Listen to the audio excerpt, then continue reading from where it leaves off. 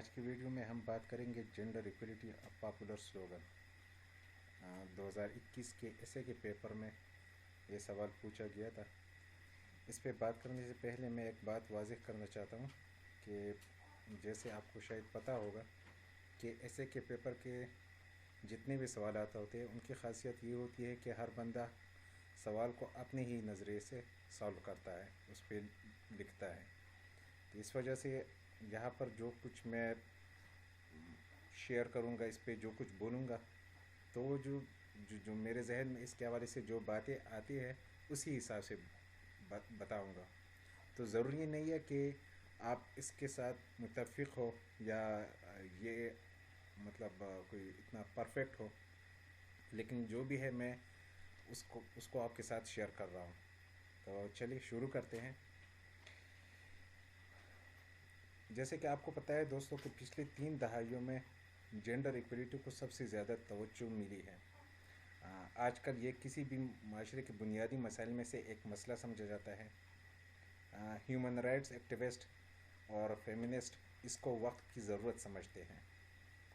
ان کے مطابق کوئی بھی معاشرہ تب تک ترقی نہیں کر سکتا جب تک کہ ان کا نظام معاشرے کے تمام افراد کو ایک جیسے ہی مواقع میسر نہ دے، ان کو ایک جیسے مواقع فراہم نہ کرے ترقی کرنے کے، تعلیم حاصل کرنے کے مواقع، جاب وغیرہ، اس طرح کے جتنے بھی مواقع ہیں تو معاشرے کے تمام افراد کو یہ یکسر میسر ہوں۔ اپنے اس نظریے کے حق میں وہ کچھ نکات پیش کرتے ہیں جو میں آپ لوگ کے ساتھ ابھی شیئر کروں گا۔ لیکن اس سے پہلے ضروری ہے کہ ہم یہ سمجھے کہ جینڈر ایکویلٹی اور جینڈر ایکویٹی ان دونوں میں کیا فرق ہے، کیونکہ یہ دونوں الفاظ کافی کنفیوزنگ ہے، لیکن ان میں بڑا فرق ہے۔ تو یہ ضروری ہے کہ پہلے ہم اس کو سمجھے کہ یہ کیا ہے۔ دوستو، جینڈر ایکویٹی مراد یہ ہے کہ انصاف دارانہ نظام، آپ دو بندوں کو انصاف کے ساتھ ان کے ساتھ رویہ رکھ کے یہ اس چیز سے بلا تفرق ہو کہ یہ مرد ہے کہ عورت ہے، آپ دونوں کے ساتھ انصاف دارانہ نظام رکھ کے، تو اس کو ایکویٹی کہتے ہیں۔ جبکہ ایکویلٹی سے مراد یہ ہے کہ آپ دونوں کو ایک جیسا ہی ان کو حیثیت دے اور ان کو ایک جیسا ہی سمجھے۔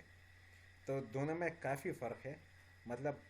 ایک کہتا ہے کہ دونوں کو آپ نے انصاف کے ساتھ ان کے ساتھ عمل رکھنا ہے، ان کے ساتھ رویہ رکھنا ہے، جبکہ دوسرا جو ایکویلٹی والے ہے وہ کہتے ہیں کہ نہیں، یہ دونوں برابر ہے، آپ نے دونوں کے ساتھ ایک جیسا ہی رویہ رکھنا ہے۔ اس وجہ سے جتنے بھی فیمنسٹ ہے جو عورتوں کے حقوق کی بات کرتے ہیں، جینڈر ایکویلٹی کے یا اس حوالے سے بات کرتے ہیں، تو وہ ان میں ایک بڑا حصہ اس طرح ہے جو جینڈر ایکویٹی کو پسند کرتے ہیں، کیونکہ ان کے مطابق عورت بایولوجیکل طور پر ان میں مرد اور عورت میں کافی ڈفرینسز ہے۔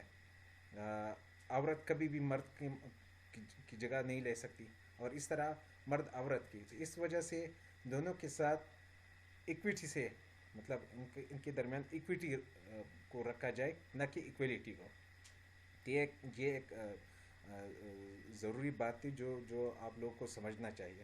اب چلتے ہیں ان نکات کی طرف جو جینڈر ایکویلٹی والے اس حوالے سے پیش کرتے ہیں۔ ہاں، ایک بات میں بتانا بھول گیا، یہاں پر جینڈر ایکویلٹی پاپولر سلوگن، اس کو میں نے اس نظریے سے لیا ہے کہ یہ ایک آج کل اس کے حوالے سے ہر کوئی بولتا ہے، یہ کہ یہ ایک سب سے زیادہ مانگنے والی چیز بن گئی ہے کہ یار معاشرے میں جینڈر ایکویلٹی ہو۔ تو یہ جو ٹاپک ہے، جو سوال پوچھا گیا ہے، میں اس کو اس نظریے سے ڈسکس کر رہا ہوں کہ یار یہ وقت کی ضرورت ہے، یا یہ ایک آج کل ایک بہت کامن ایشو بن گیا ہے، اور اس کا لوگ چاہ رہے ہیں معاشرے کے افراد کے معاشرے میں جینڈر ایکویلٹی ہو۔ اچھا، تو چلتے ہیں ان نکات کی طرف۔ پہلا نقطہ وہ جو جینڈر ایکویلٹی کے حق میں بولنے والے ہیں، وہ کہتے ہیں کہ عورتیں آبادی کی، دنیا کی جتنی آبادی ہے ان کا آدھا حصہ ہے، مطلب آدھا یا آدھے سے زیادہ حصہ جو آبادی ہے وہ عورتوں پر مشتمل ہے.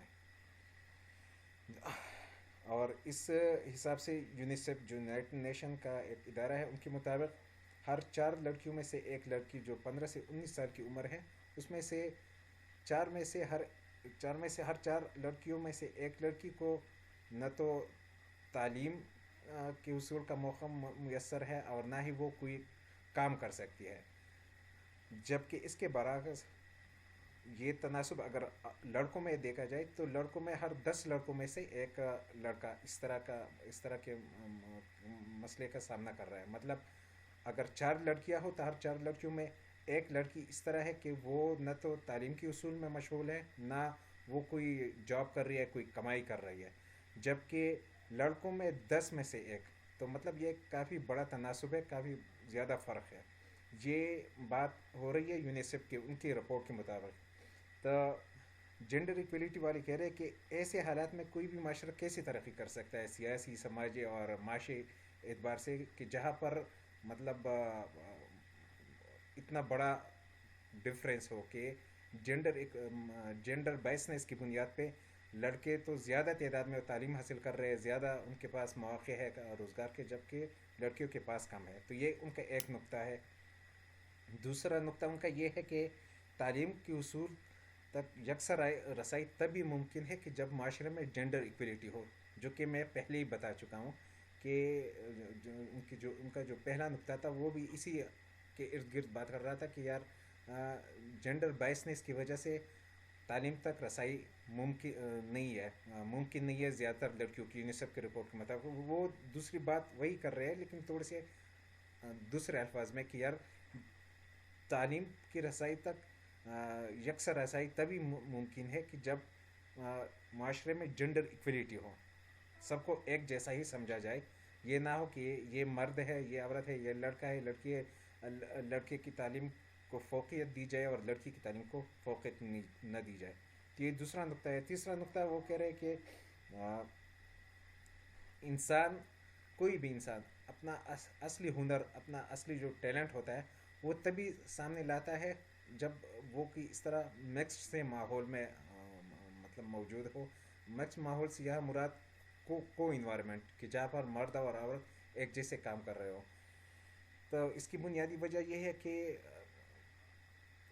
یہ جو ٹاپک ہے جینڈر ایکویلٹی یہ جینڈر اسٹڈی سے لیا گیا ہے. تو جینڈر اسٹڈی کے جہاں پر جتنے بھی دوستوں نے لیے ہوگے ان کو پتا ہوگا کہ جینڈر اسٹڈی میں یہ کہا جاتا ہے کہ یار بلکہ یہ تو ایک عام سی بات ہے جو ایک نیچرل لا بھی ہے کہ یار مرد عورت کی طرف اور عورت مرد کی طرف وہ اٹریکشن ہوتی ہے. اس وجہ سے اس طرح کے ماحول میں ہر مرد چاہتا ہے کہ میں کوئی مطلب اس طرح کوئی کام کر جاؤں جو کہ باقی کوئی نہ کر سکتا ہو, اور اس طرح ہر عورت چاہتی ہے.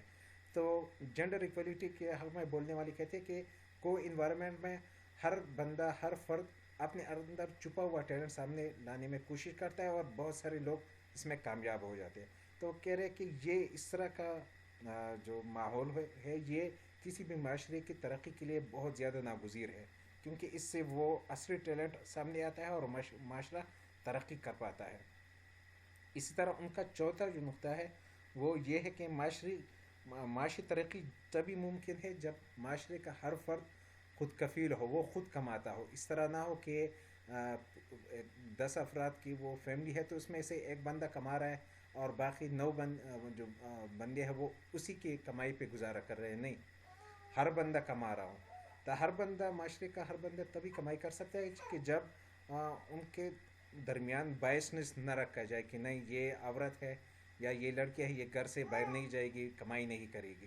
تو یہ تبھی ممکن ہے کہ اس طرح کا کوئی وہ روک ٹوک نہ ہو, تبھی معاشرے کا ہر فرد کمائی کر سکتا ہے. اور جب ہر فرد کمائی کرے گا تو تبھی معاشرہ معاشی حوالے سے ترقی کر سکے گا. تو یہ 4 پوائنٹس ہیں جو میرے ذہن میں آ رہے تھے اور میں نے آپ لوگوں کے ساتھ شیئر کیے. اسی ٹاپک پہ میں نے آلریڈی ایک آرٹیکل لکھ چکا ہوں میرے بلاگ پہ, اس کا لنک ڈسکرپشن میں ہے. اگر آپ لوگ پڑھنا چاہتے ہو یا وہاں سے کاپی کرنا چاہتا ہو تو نیچے ڈسکرپشن میں دیا گیا ہوا لنک اس پہ کلک کر کے وہاں سے آپ ایزیلی وہاں پر ایکسیس کر سکتے ہو. اس کے علاوہ اگر آپ لوگ کا کوئی سوال وغیرہ ہو تو آپ پوچھ سکتے ہیں کمنٹ سیکشن میں. آج کی ویڈیو میں بس اتنا ہی. انشاءاللہ اگلی ویڈیو میں ایک اور ٹاپک ڈسکس کرنے کے ساتھ آپ کے ساتھ اس خدمت میں حاضر ہوں گا. تب تک کے لیے اللہ حافظ.